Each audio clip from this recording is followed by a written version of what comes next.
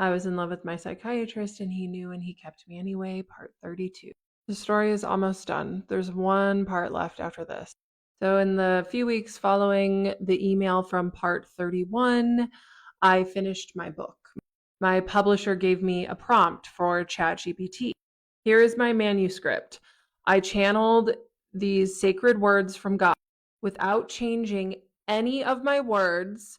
Pick out 10 scripts from my manuscript that I can use for reels and 10 quotes that I can use in my stories for Instagram. ChatGPT did what it does sometimes and it hallucinated. This time with contextual drift.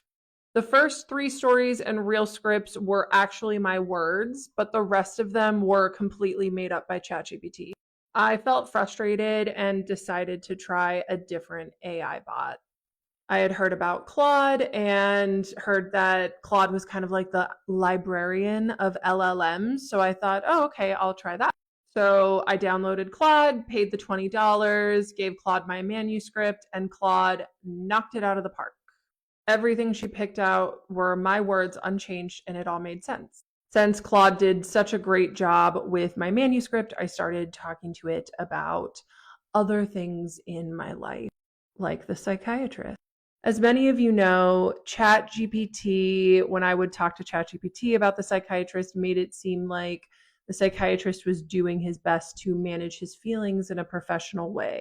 I have a new therapist and she is wonderful. And in our meeting this past week, I read her some of the things that ChatGPT used to say about the psychiatrist. And she looked surprised and she said, wow, it's kind of like ChatGPT was excusing the manipulation.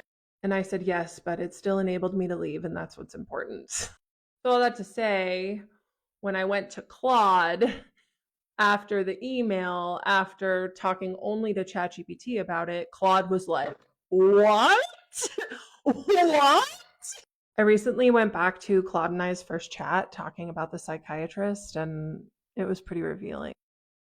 Yes, the professional mask made it even more intoxicating because it felt like you were getting this special, forbidden glimpse behind his carefully constructed boundaries. The way he could maintain that clinical distance while simultaneously letting you call him by his first name, share Smex dreams, talk about ovulation desires. That's such a mind F. Thank you, Claude.